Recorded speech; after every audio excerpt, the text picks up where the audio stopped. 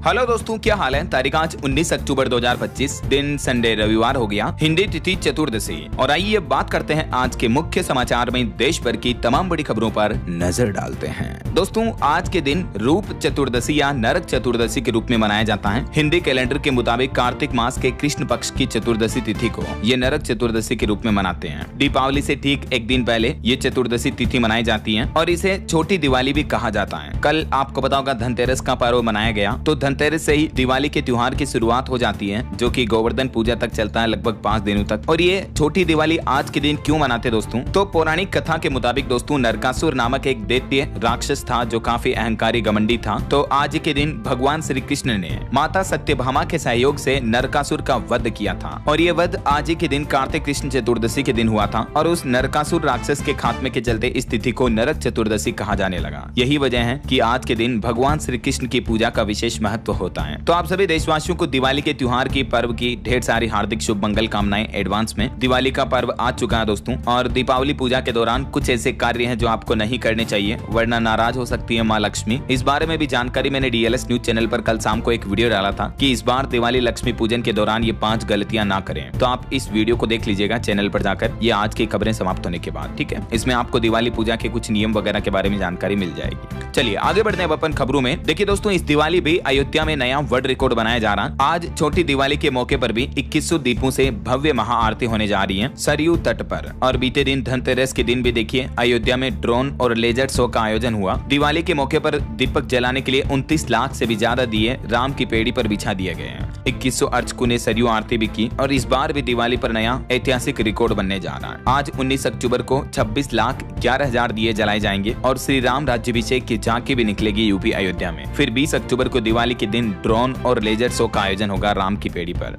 पिछले कुछ सालों में दिवाली पर हर बार नए वर्ल्ड रिकॉर्ड बनते आए हैं। ये देख सकते हैं आप किस किस साल में कितने दीपक जलाए गए दिवाली के मौके पर अयोध्या में, है ना। और वहीं अगली खबर आ रही है, दिवाली पर दिल्ली मेट्रो की टाइमिंग में भी बदलाव किया गया है। अब रात 10 बजे तक ही मिलेगी आपको ट्रेनें। आज 19 अक्टूबर को मेट्रो सेवा सुबह 6 बजे से शुरू होगी और कल 20 अक्टूबर को सभी लाइनों पर आखिरी मेट्रो रात 10 बजे तक ही चलेगी। दिवाली के त्योहार के मौके पर डीएमआरसी की तरफ से मेट्रो का यह नया टाइम टेबल जारी किया गया है। चलिए अगली खबर आ रही दोस्तों, दिवाली के दिन मुहूर्त ट्रेडिंग के समय में भी बदलाव किया गया है। मार्केट रेगुलेटर सेबी, बीएसई और एनएसई की ओर से मुहूर्त ट्रेडिंग का जो समय जारी किया गया, देख सकते हैं आप। 21 अक्टूबर को दोपहर 1:45 से 2:45 तक 1 घंटा दिन के समय ये मुहूर्त ट्रेडिंग होगी। वहीं देखिए दिल्ली के कर्तव्य पथ पर भी पहला भव्य दीपोत्सव का आयोजन हुआ। मुख्यमंत्री रेखा गुप्ता ने दिल्ली वासियों को आमंत्रित भी किया। ये तस्वीरें आप देख सकते हैं। धनतेरस की रात में ही दिल्ली में लाइट और ड्रोन शो का आयोजन हुआ। 1.5 लाख से भी ज्यादा दियों से जगमगाया कर्तव्य पथ। ड्रोन शो से दिखाई गई राम कथा भी। बड़ा ही भव्य नजारा देखने को मिला रात के समय। ये अद्भुत और मनमोहक दृश्य आप देख सकते हैं दोस्तों। अलग अलग फोटोज भी है ना। चलिए अगली खबर आ रही है कि व्हाट्सएप पर अब नहीं आएंगे फर्जी मैसेज। स्कैम को रोकने के लिए मेटा कंपनी एक बड़ी तैयारी कर रही है। दरअसल मेटा का प्लान है व्हाट्सएप पर अब मैसेज पर लिमिट लगाई जाएगी, ताकि स्पैम और बल्क में मैसेज भेजने वालों पर शिकंजा कसा जा सके। व्हाट्सएप स्पैम मैसेज रोकने के लिए नया फीचर लेकर आ रहा। जो यूजर या कोई बिजनेस अकाउंट बार बार अनजान नंबर पर मैसेज भेजेंगे तो उन पर अब लिमिट लगाई जाएगी। मेटा कंपनी की तरफ से ये प्लान किया जा रहा है। चलिए अगली खबर आ रही दोस्तों, कृषि और ग्रामीण श्रमिकों को महंगाई से मिली राहत। बीते महीने सितंबर में भारत की मुद्रास्फीति दर घटकर -0.07 और 0.31 के बीच रह गई है। श्रम और रोजगार मंत्रालय द्वारा ये डेटा जारी किए गए, देख सकते हैं आप। और वहीं खबर आ रही कि दीपावली के त्योहार से पहले देश के इंटरनेशनल बॉर्डर पर भी बीएसएफ यानी बॉर्डर सिक्योरिटी फोर्स के जवान सेना हाई अलर्ट पर हैं। रात की पेट्रोलिंग बढ़ाई गई। नाइट विजन उपकरणों के जरिए देश की सीमाओं पर सुरक्षा के लिए सख्त तैनाती और नजर रखी जा रही है। चलिए अगली खबर आ रही, मुख्य चुनाव आयुक्त और आरबीआई गवर्नर को मिलेगा आईआईटी का विशिष्ट एलुमिनाई अवार्ड। इस लिस्ट में आईएएस अवनीश अवस्थी का नाम भी शामिल है। मैनी कांग्रेस सभी को।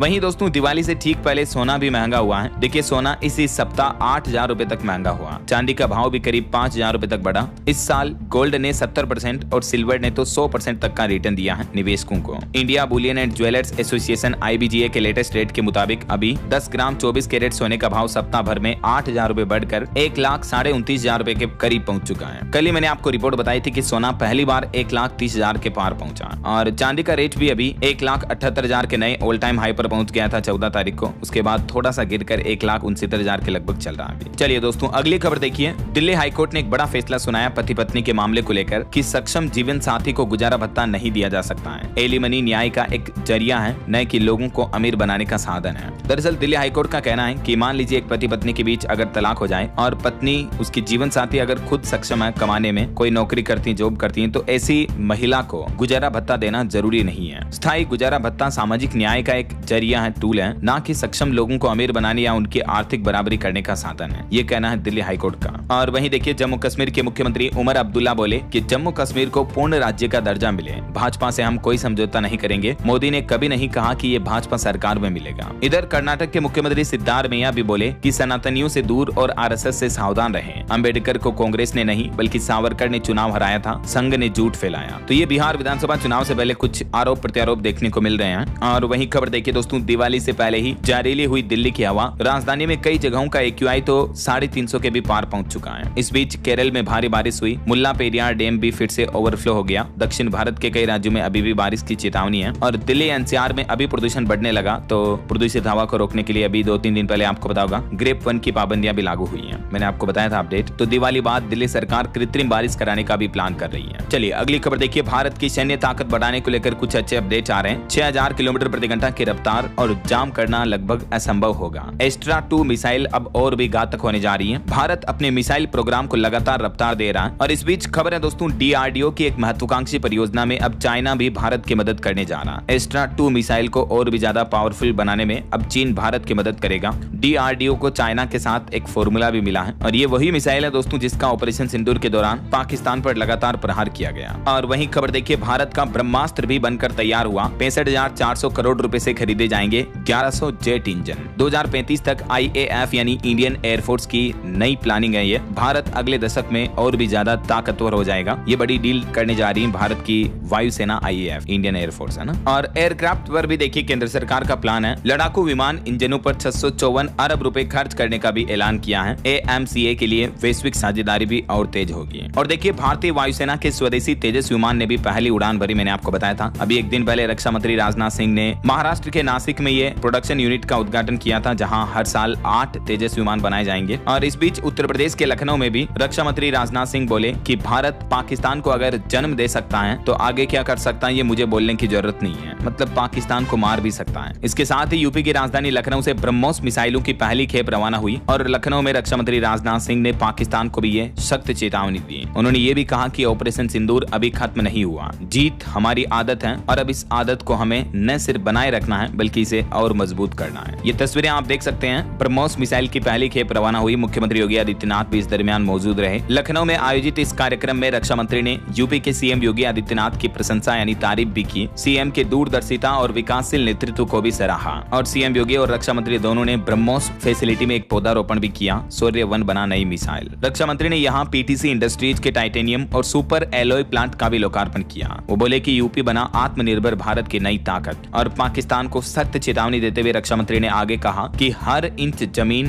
ब्रह्मोस की रेंज में है। ऑपरेशन सिंदूर तो बस ट्रेलर था, पिक्चर पूरी अभी बाकी है। पाकिस्तान को अगर जरूरत है तो हम दिखा देंगे। तो कुछ यूं मोमेंट्स रहे रक्षा मंत्री के यूपी लखनऊ दौरे के। और कुछ बड़ी दुर्घटनाओं की खबरें देखे दोस्तों। बीते दिन धनतेरस के मौके पर महाराष्ट्र में श्रद्धालुओं से भरी एक गाड़ी चंदशैली घाटी में गिर गई, जिसमें 8 लोगों की मौत हो गई। बताया जा रहा है कि गाड़ी में 15 से ज्यादा लोग सवार थे। कई लोग अभी भी अस्पताल में भर्ती हैं। महाराष्ट्र के नंदुरबार जिले में यह बड़ी घटना हुई। और एक सड़क हादसा यूपी में भी हो गया। देखिए, उत्तर प्रदेश हरदोई में उल्टी दिशा से आई ट्रक ने बाइक सवार सगी बहनों समेत 3 लोगों को रौंद दिया और इस दुर्घटना में तीनों की मौत हो गई। और वहीं देखिए दोस्तों, एक रेल दुर्घटना भी हो गई बड़ी। पंजाब से बिहार जा रही गरीब रथ ट्रेन में आग लग गई। सरहिंद स्टेशन के पास ऐसी बोगी में शॉर्ट सर्किट की वजह से आग लगी। तो यात्री सामान छोड़कर भागने लगे। इस घटना की वजह से कई ट्रेनें भी प्रभावित हुई। हालांकि गनीमत रही कि किसी की जान नहीं गई। एक यात्री ने आग लगते ही ट्रेन की चेन खींच दी थी, तो जिससे ट्रेन रुक गई। और एक बड़ी हिंसा का मामला देखा गया दोस्तों गुजरात के साबरकांठा में, जिसमें 10 लोग घायल हो गए। कई घरों में तोड़फोड़ की, 30 वाहन भी जला दिए। पुलिस ने 20 आरोपियों को हिरासत में भी ले लिया है। गुजरात में ये साबरकांठा के माजरा गांव में रात को 2 गुटों के बीच ये बड़ी लड़ाई हिंसा में बदल गई, जिसमें तकरीबन 10 लोग घायल हो गए।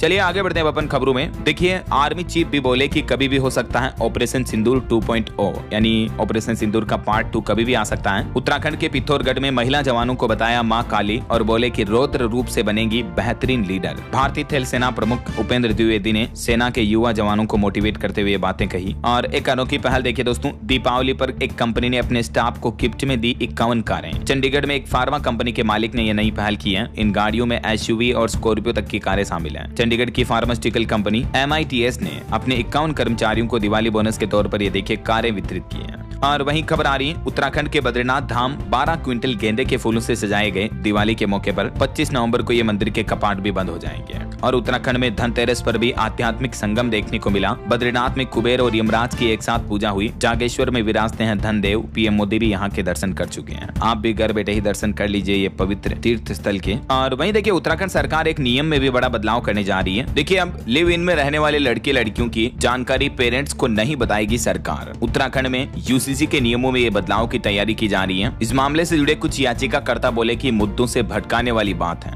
लेकिन कुल मिलाकर अब उत्तराखंड में UCC यानी यूनिफॉर्म सिविल कोड कानून के तहत जो लिव इन के जोड़ों का रजिस्ट्रेशन करेगी सरकार। इस नियम से जुड़े प्रावधान में यह बदलाव किया जा रहा। नए प्रस्तावों के मुताबिक अगर 21 साल से कम उम्र का कोई युवा लिव इन में रह रहा है तो फिर सरकार उनकी जानकारी माता पिता को नहीं देगी। ये उत्तराखंड सरकार की तरफ से एक अहम बदलाव किया जा रहा है ना। और वहीं देखिए, ट्रांसजेंडरों के साथ भी अब नहीं होगा भेदभाव। सुप्रीम कोर्ट ने एक बड़ा फैसला सुनाया और इससे जुड़े कुछ नए दिशा निर्देश भी जारी किए हैं। कोर्ट ने एक सलाहकार समिति का भी गठन किया है, जिसकी अध्यक्षता न्यायाधीश आशा मेनन करेगी। और यह समिति हमारे देश में ट्रांसजेंडरों के लिए रोजगार, उनकी चिकित्सा देखभाल और अन्य अधिकारों पर सुझाव देगी। और भी सुप्रीम कोर्ट ने केंद्र और देश की सभी राज्य सरकारों को ट्रांसजेंडरों के अधिकारों की सुरक्षा सुनिश्चित करने के दिशा निर्देश भी जारी किए हैं। ट्रांसजेंडरों के लिए जल्दी एक वेलफेयर बोर्ड भी बनाया जाएगा। और सुप्रीम कोर्ट ने अभी से ही सलाहकार समिति का तो गठन भी कर लिया है ना। अच्छा, वैसे दिल्ली में भी ट्रांसजेंडरों के लिए अच्छी खबर है। देखिए आप, महिलाओं के बाद अब ट्रांसजेंडरों को भी मुफ्त बस यात्रा की सुविधा मिलेगी दिल्ली में। दिल्ली परिवहन विभाग की तरफ से भी इस बारे में ये प्रस्ताव तैयार किया गया है। चलिए अगली खबर देखिए दोस्तों, फिलीपींस के बाद अब कई नई उड़ानें शुरू करेगी air India company. Asia, Africa और अमेरिका जैसे कई नए रूटों पर अध्ययन कर रही है कंपनी। और जल्दी हमारे देश की राजधानी दिल्ली से लेकर चाइना के शंघाई शहर के बीच भी सीधी उड़ान सेवा शुरू होगी। 5 साल बाद दोनों देशों के बीच ये उड़ान सेवा शुरू होने जा रही। अगले महीने 9 नवंबर से आप डायरेक्ट फ्लाइट ले पाएंगे। सप्ताह में 3 दिन चलेगी ये फ्लाइट। कोविड-19 के बाद 5 सालों में ये उड़ान सेवा शुरू हो रही है। और खबर आ रही कि चीन का टूटेगा घमंड। रेयर अर्थ मेटल को लेकर भारत ने एक बड़ा कदम उठाया और रूस भी इस प्लान में हिंदुस्तान का पार्टनर बनेगा। दरअसल हमारा देश भारत दुर्लभ पृथ्वी धातुओं के उत्पादन में आत्मनिर्भर बनाने के लिए रूस के साथ साझेदारी कर रहा है।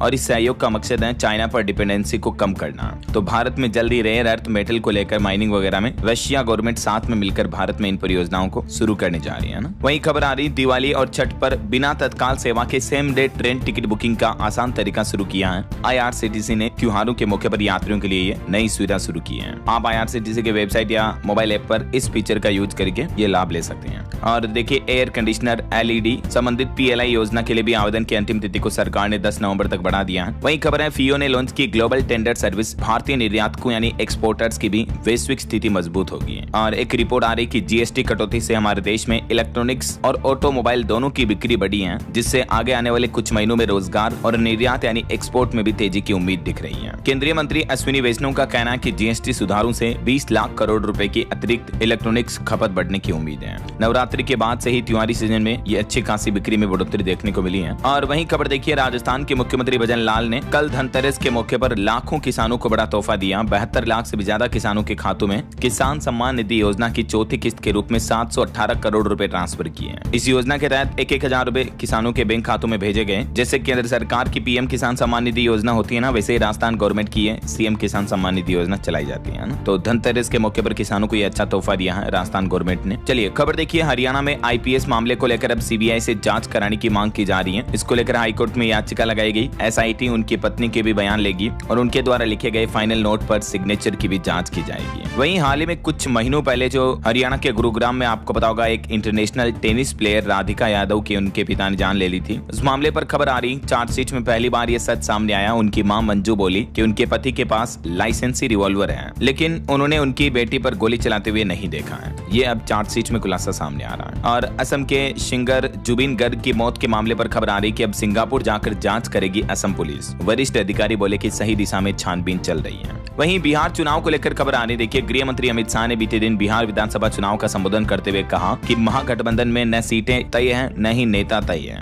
राहुल गांधी वोट चोरी पर अब चुप क्यों हैं? बिहार की सत्ता का फैसला घुसपैठिए नहीं करेंगे। और इधर कांग्रेस ने भी दूसरी सूची में 5 और उम्मीदवारों के भी नाम जारी कर दिए हैं बिहार चुनाव को लेकर। चलिए कुछ इंटरनेशनल न्यूज अपडेट देखिए दोस्तों। अमेरिकी राष्ट्रपति डोनाल्ड ट्रंप और यूक्रेन के राष्ट्रपति जेलेंस्की ने मुलाकात की। टॉमहॉक मिसाइलों को लेकर चर्चा हुई और रूस यूक्रेन दोनों देशों के बीच युद्ध विराम समझौते को लेकर भी बातचीत हुई। हालांकि रूस यूक्रेन युद्ध में ज्यादा सफलता नहीं मिल पाई, लेकिन इजराइल युद्ध विराम समझौते के लिए भी ट्रंप को बधाई दी उन्होंने। वहीं देखिए भारत और मिस्र रिश्तों में भी बढ़ोतरी देखने को मिल रही है। ईवी यानी इलेक्ट्रिक व्हीकल, रिन्यूएबल एनर्जी और फिनटेक में सहयोग के अवसर खुलेंगे दोनों देशों के बीच। भारत मिस्र के संबंध अब मजबूत हो रहे हैं। और खबर देखिए 11 वर्षों में भारत ने रचा नया विकास अध्याय। गौतम सिंघानिया ने मोदी के नेतृत्व की भी सराहना की है, जो कि रेमंड समूह के चेयरमैन है। वहीं ऑस्ट्रेलिया के पूर्व प्रधानमंत्री टोनी एबोट भी बोले कि अगले 4-5 दशक में यानी 40-50 सालों में भारत का पीएम बनेगा विश्व का नेता। जैसे अभी ट्रंप है ना, वैसे भारत का प्रधानमंत्री होगा। 21वीं सदी चीन के साथ साथ भारत की भी होगी। और ये किसी भारतीय नेता का नहीं कहना है दोस्तों, वरना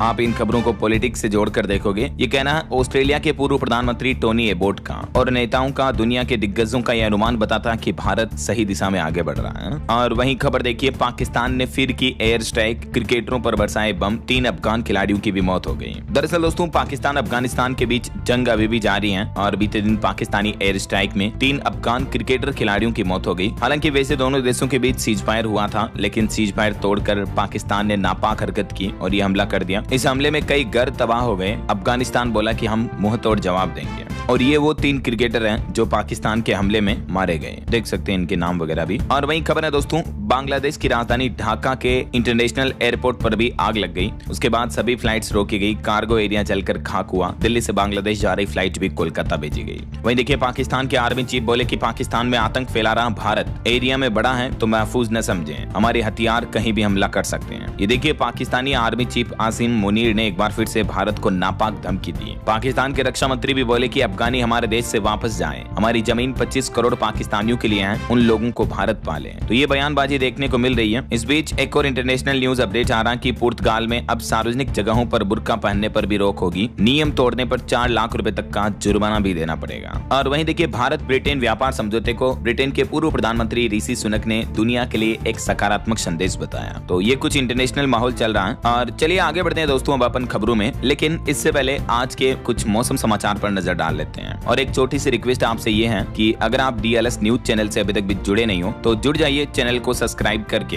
बेल आइकन जरूर दबा दीजिएगा और इस वीडियो पर एक लाइक और शेयर भी कर देना, ताकि आपको रोजाना की ताजा खबरें, महत्वपूर्ण मुख्य समाचार, काम के न्यूज अपडेट सबसे पहले आपके मोबाइल पर मिलते रहेंगे। ओके, और चलिए बिना टाइम वेस्ट के सीधा आगे बढ़ते हैं मौसम अपडेट्स में। तो देखिए आप, एक तो दक्षिण भारत के कई राज्यों में बारिश की संभावना है। तमिलनाडु के भी 9 जिलों में भारी बारिश की चेतावनी जारी की है मौसम विभाग ने आज रविवार को भी। बाकी अगले 24 घंटों के दौरान केरल, लक्षद्वीप, तमिलनाडु, आंध्र प्रदेश, इन दक्षिणी भारत के राज्यों में और कुछ तटीय इलाकों पर हल्की से मध्यम बारिश की संभावना है। तमिलनाडु, केरल, रायलसीमा, अंडमान निकोबार द्वीप समूह, दक्षिणी कर्नाटक, कोंकण, गोवा वगैरह में हल्की से मध्यम बारिश हो सकती है। बाकी दक्षिणी मध्य प्रदेश और विदर्भ के भी कुछ हिस्सों में हल्की फुल्की बारिश देखने को मिल सकती है, क्योंकि मौसम विभाग का कहना है कि आने वाले दिनों में अरब सागर में बनने वाला ये सिस्टम मौसम में उल्लेखनीय परिवर्तन ला सकता है। बाकी मध्य भारत और उत्तरी भारत के किन्हीं भी राज्यों में बारिश की चेतावनी नहीं है। चलिए कुछ मार्केट अपडेट्स देखिए। बीते कुछ दिनों के दौरान जो भारतीय शेयर बाजार में अच्छी तेजी देखने को मिली, इस वजह से देखिए भारत की टॉप 10 कंपनियों में से 7 की मार्केट वैल्यू 2 लाख करोड़ रुपए बढ़ी है, जिसमें रिलायंस टॉप गेनर रही है, जिसकी वैल्यू 47,000 करोड़ से भी ज्यादा बढ़ी है।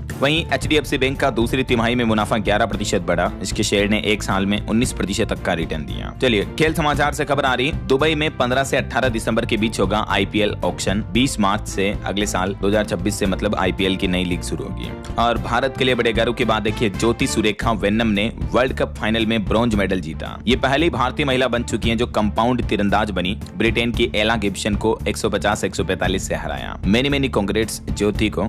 और ऑटो इंडस्ट्री से खबर आ रही, देखिए टाटा नेक्सॉन अडास फीचर के साथ लॉन्च हुई। इसकी कीमत 13.5 लाख से शुरू है। इमरजेंसी सिचुएशन में कार खुद ब्रेक लगाएगी, ऑटो ब्रेकिंग सिस्टम है। नया रेड डार्क एडिशन भी पेश किया कंपनी ने। चलिए अगली खबर देखिए, भारत और यूरोपीय संघ के बीच जल्द ही व्यापार वार्ता होगी। देश के वाणिज्य मंत्री पीयूष गोयल इसी महीने ब्रुसेल्स का दौरा करेंगे। और सोने की प्राइस पर एक खबर सामने आ रही है कि सोने ने इस साल 35 बार नया रिकॉर्ड बनाया। अब वैश्विक बाजार में जल्द ही गोल्ड का प्राइस $4500 का स्तर छू सकता है। वहीं भारत के लिए अच्छी खबर है, साल 2028 तक देश में बनेंगे 7 नैनोमीटर के स्वदेशी चिप डिजाइन भी है। और IIT मद्रास की टीम 2028 तक शक्ति प्रोसेसर भी डिजाइन करेगी। केंद्रीय मंत्री अश्विनी वैष्णव ने इस नए प्रोजेक्ट को हरी झंडी भी दे दी है। और देखिए CNG का तोहफा अब ऑटोमेटिक कार में भी मिलेगा। दिवाली से पहले निशान कंपनी ने अपने नए मॉडल मैग्नाइट में CNG ऑटोमेटिक मॉडल का ऐलान कर दिया, जिसमें आपको 3 साल की वारंटी वगैरह भी मिलेगी, है ना। और खबर देखिए दोस्तों, हिमाचल के मुख्यमंत्री सुखविंदर सिंह सुक्खू बोले कि पूरे राज्य को आपदा राहत पैकेज देने जा रही है सरकार। मंडी में होगा कार्यक्रम, जिसके तहत हिमाचल सरकार का कहना है कि आपदा प्रभावित परिवारों को घर बनाने के लिए 7 लाख और सामान के लिए 70,000 रुपए देगी हिमाचल सरकार। वहीं हिमाचल में स्कूल शिक्षा बोर्ड अब परीक्षा पैटर्न में भी बदलाव करने जा रहा।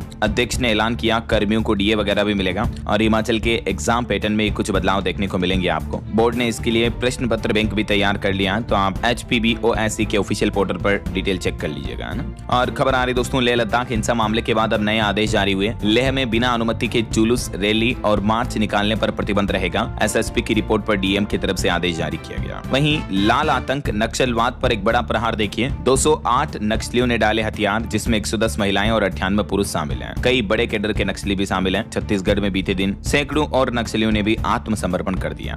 और खबर देखिए, महाराष्ट्र में औरंगाबाद रेलवे स्टेशन का नाम बदला। अब Aurangabad railway station Chhatrapati Sambhajinagar station के नाम से जाना जाएगा, जो कि मराठा शासक छत्रपति शिवाजी महाराज के पुत्र हैं, उनके नाम पर रखा गया है। और बड़ी खबर देखिए, सरकार ने प्रति बूंद अधिक फसल योजना के नियम बदल दिए हैं। और इससे किसानों को क्या फायदा होगा? एक तो सरकार का कहना है कि इस बदलाव का मुख्य उद्देश्य है देश में सूक्ष्म सिंचाई को बढ़ावा देना, जल की उपयोगिता बढ़ाना और किसानों की उत्पादकता व आय में बढ़ोतरी सुनिश्चित करना। सबसे पहले समझिए क्या है प्रति बूंद अधिक फसल योजना, और अब देखिए इसमें क्या कुछ नए बदलाव किए हैं। 2015 में शुरू की गई थी ये योजना, तो इस योजना में अभी ये कुछ प्रमुख बदलाव किए हैं इसके नियमों में और राज्यों के खर्च वगैरह को लेकर। और इन बदलाव से किसानों को ये बेनिफिट, ये फायदे होंगे। थोड़ा सा वीडियो को पॉज करके आप डिटेल्स चेक कर लीजिएगा। चलिए फिलहाल आगे बढ़ते हैं अब खबरों में। कुछ रिपोर्ट्स देखिए दोस्तों, वित्त वर्ष 2026 में चालू खाता घाटा नियंत्रण में रहने की उम्मीद है। अमेरिका के संग व्यापार वार्ता पर अब नजर टिकी है। वहीं एक अध्ययन स्टडी सामने आ रही कि दुनिया भर में 40% लोग न्यूरोलॉजिकल रोगों का शिकार होते हैं। इस बीमारी को लेकर WHO सबसे ज्यादा चिंतित है। विश्व स्वास्थ्य संगठन की तरफ से यह नई रिपोर्ट में एक गंभीर वैश्विक स्वास्थ्य संकट पर रोशनी डाली गई है, जिसके मुताबिक दुनिया भर में करीब 3 अरब से भी ज्यादा लोग किसी न किसी तंत्रिका तंत्र से जुड़ी प्रॉब्लम, समस्या, बीमारी से जूझ रहे हैं। न्यूरोलॉजिकल प्रॉब्लम है ना।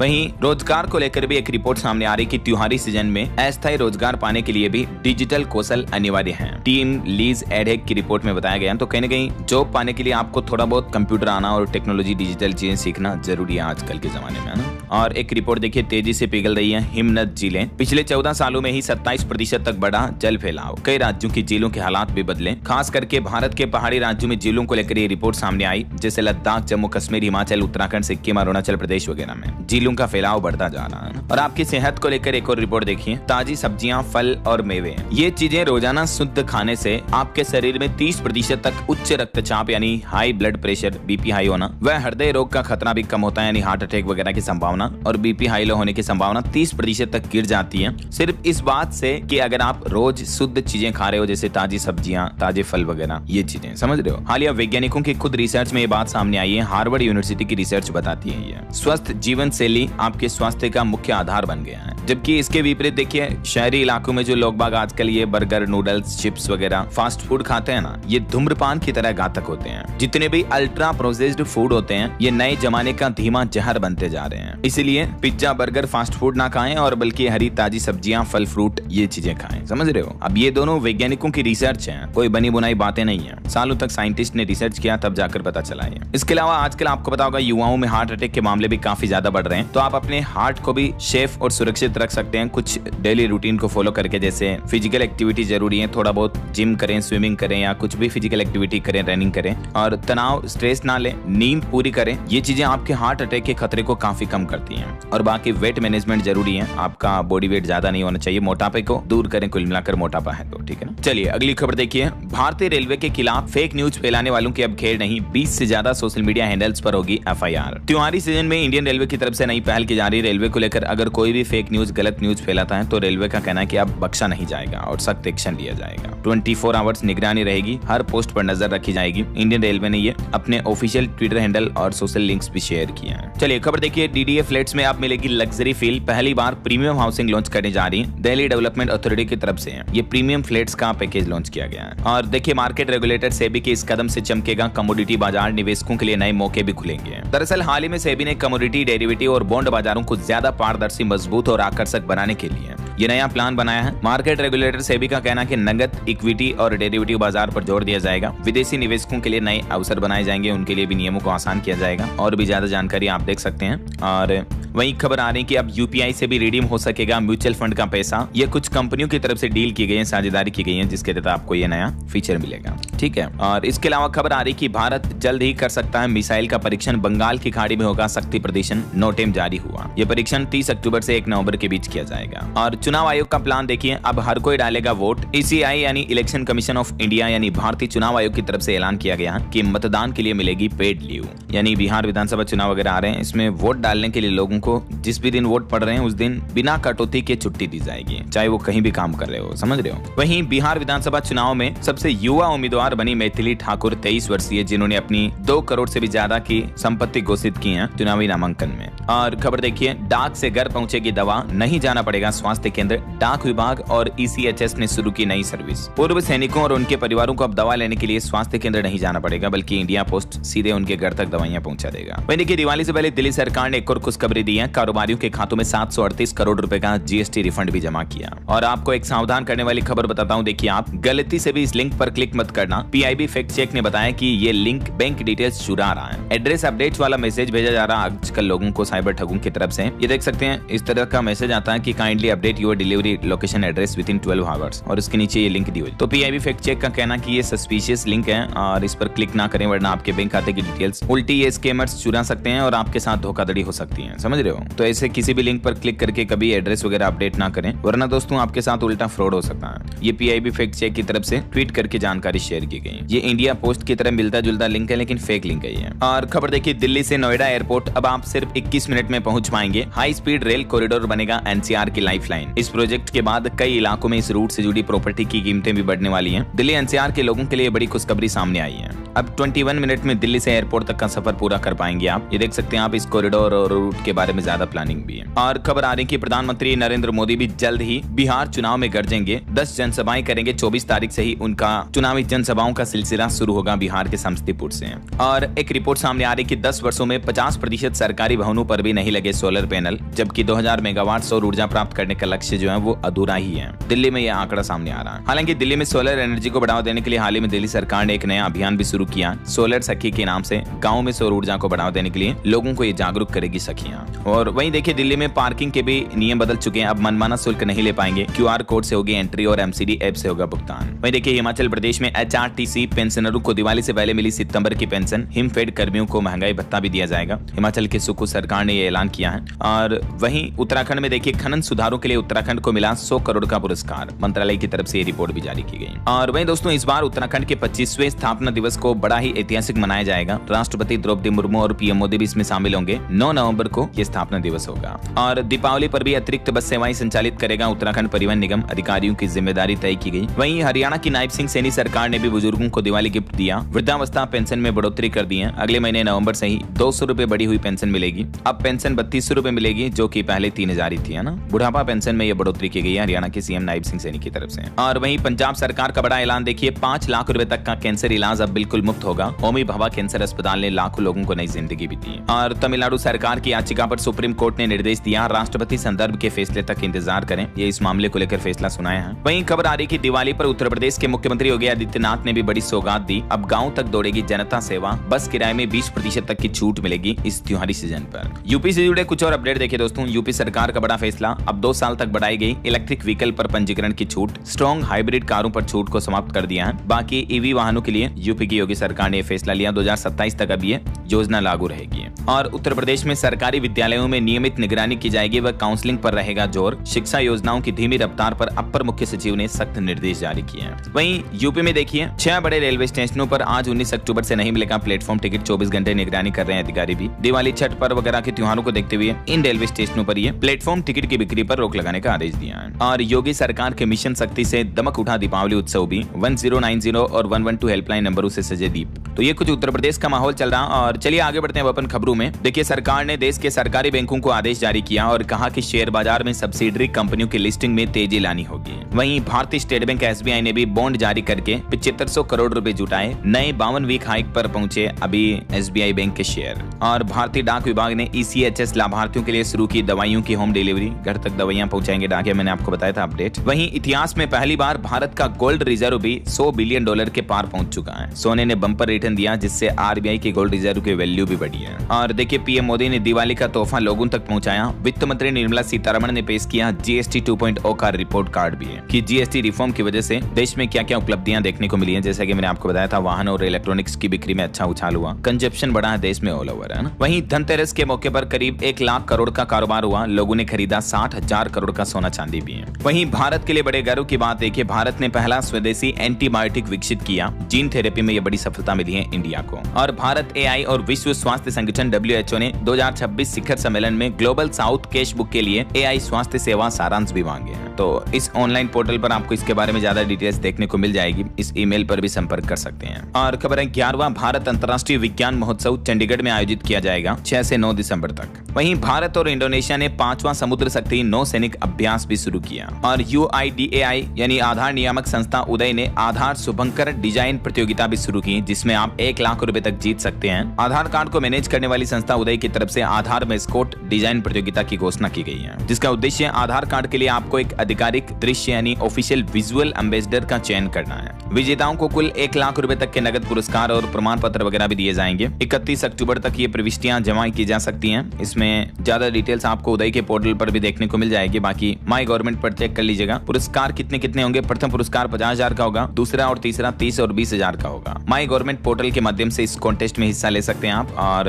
अपनी प्रविष्टियां सबमिट कर सकते हैं, ठीक है ना। चलिए दोस्तों कुछ और स्टेट न्यूज अपडेट देख लेते हैं फटाफट से। देखिए हाल ही में जो राजस्थान के जैसलमेर जोधपुर के बीच बस अग्निकांड का मामला हुआ था, उसमें जैन ट्रेवल्स के मालिक मनीष जैन को गिरफ्तार कर लिया गया है। वहीं धनतेरस के मौके पर राजस्थान में भी 40,000 करोड़ का कारोबार हुआ। और मध्य प्रदेश में भी देखिए धनतेरस पर 500 करोड़ की कारें और 2 व्हीलर बिके, केवल इंदौर में ही। भोपाल में 800 करोड़ से भी ज्यादा का कारोबार हुआ। और मध्य प्रदेश में देखिए बंद होने वाले हैं अब कागज वाले स्टाम्प, अब सिर्फ ई-स्टाम्प ही चलेंगे, जिनकी ट्रैकिंग आसान होगी और हर साल 30 करोड़ से ज्यादा बचत भी होगी पेपर स्टाम्प्स की प्रिंटिंग में। वहीं मध्य प्रदेश में अब किसान केवल 10% देकर सोलर पंप लगा पाएंगे। 90% तक की सब्सिडी सरकार खुद देगी। धनतेरस के मौके पर मध्य प्रदेश के मुख्यमंत्री डॉक्टर मोहन यादव ने किसान सम्मेलन में राज्य के किसान भाई लोगों के लिए सबसे बड़ी घोषणा की है। सोलर पंप पर 90% तक की डायरेक्ट सब्सिडी मिलेगी, केवल 10% राशि किसानों को देनी है। तो ये MP के फार्मर्स के लिए वाकई में बहुत ही अच्छी पहल है MP सरकार की। और इसके अलावा देखिए मध्य प्रदेश में 2 लाख किसानों को 118 करोड़ की राहत राशि भी मिली। सीहोर में डॉक्टर मोहन यादव ने ये धनराशि का वितरण किया। वहीं छत्तीसगढ़ हाईकोर्ट का एक बड़ा फैसला देखिए, लंबे समय तक पति पत्नी का अलग रहना भी एक तरह की मानसिक क्रूरता ही है। हाईकोर्ट बोला कि 47 साल का रिश्ता टूटा, पत्नी को 10 लाख देना होगा और तलाक की अर्जी मंजूर कर दी। छत्तीसगढ़ हाईकोर्ट ने एक ऐसे केस की सुनवाई करते हुए 15 साल से अलग रह रहे पति पत्नी दोनों के बीच तलाक को ये मंजूरी दी है। और छत्तीसगढ़ में नई शराब नीति को लेकर भी सरकार एक्टिव है। लाइसेंस धारकों से सुझाव भी मांगे गए। वहीं देखिए उत्तर प्रदेश में राम भद्राचार्य बोले कि चिल्लाने से नहीं बनेगा हिंदू राष्ट्र, हिंदूवादियों की हो संसद में 470 सीटें हैं। रामचरितमानस राष्ट्रीय ग्रंथ घोषित होना चाहिए।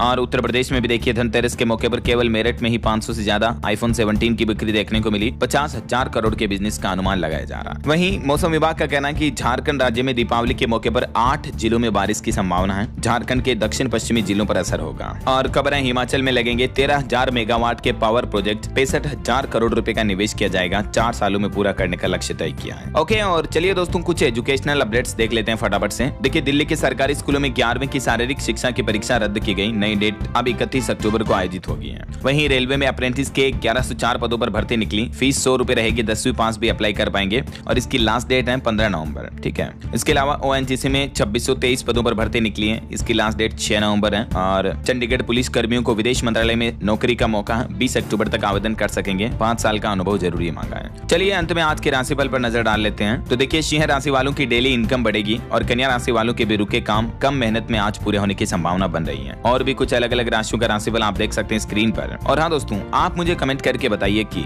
दिवाली का त्योहार क्यों मनाया जाता है, इसके पीछे मुख्य वजह क्या है, कमेंट करके बताइए। देखिए कितने लोगों को पौराणिक ऐतिहासिक बातें पता है। और बाकी आप सभी भाइयों बहनों दोस्तों मित्रों को हैप्पी दिवाली इन एडवांस। आपके अपने डीएलएस भाई की तरफ से ढेर सारी हार्दिक शुभ मंगल कामनाएं। माँ लक्ष्मी की कृपा हमेशा आपके जीवन पर बनी रहे, हमेशा आपके घर परिवार में धन दौलत रुपए पैसे वैभव सुख शांति बनी रहे। इन्हीं शुभकामनाओं के साथ विदा लेना चाहूंगा आपसे। इस वीडियो को लाइक और शेयर कर देना और डीएलएस न्यूज चैनल से जुड़े रहने के लिए सब्सक्राइब करके बेल आइकन जरूर दबा देना। ख्याल रखिएगा अपने आप का, अपने परिवार का। आप भी मुझे नीचे कमेंट बॉक्स में हैप्पी दिवाली विश कर सकते हैं। जय हिंद, जय भारत, वंदे मातरम।